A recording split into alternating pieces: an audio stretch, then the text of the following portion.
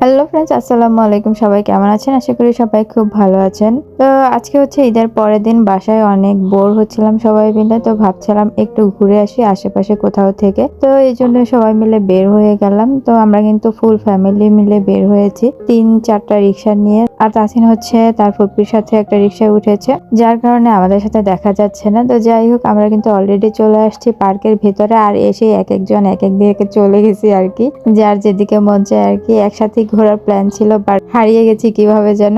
যাই হোক, এখানে আমি, ওর বাবা আর বড় আপু ছিল। ওর বাবা হচ্ছে এই যে বড় আপুকে ছবি তুলে দিচ্ছিল, আর আমরা অনেকগুলো এখানে ছবি তুলেছি। পার্কটা আগে থেকে অনেক বেশি সুন্দর করেছে। এই যে এখানে যে ছোট ছোট টবগুলো আছে ফুলের, এগুলো কিন্তু আগে ছিল না, এগুলো নতুন অ্যাড করেছে।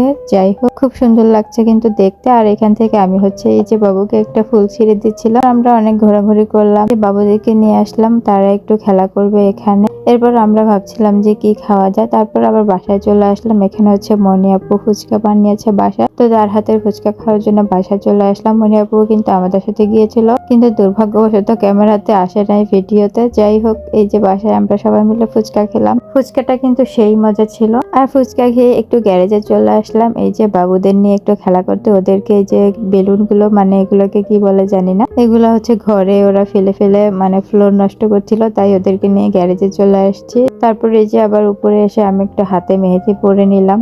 ভাগ্নি হাতে মেহেদি পরিয়ে দিল।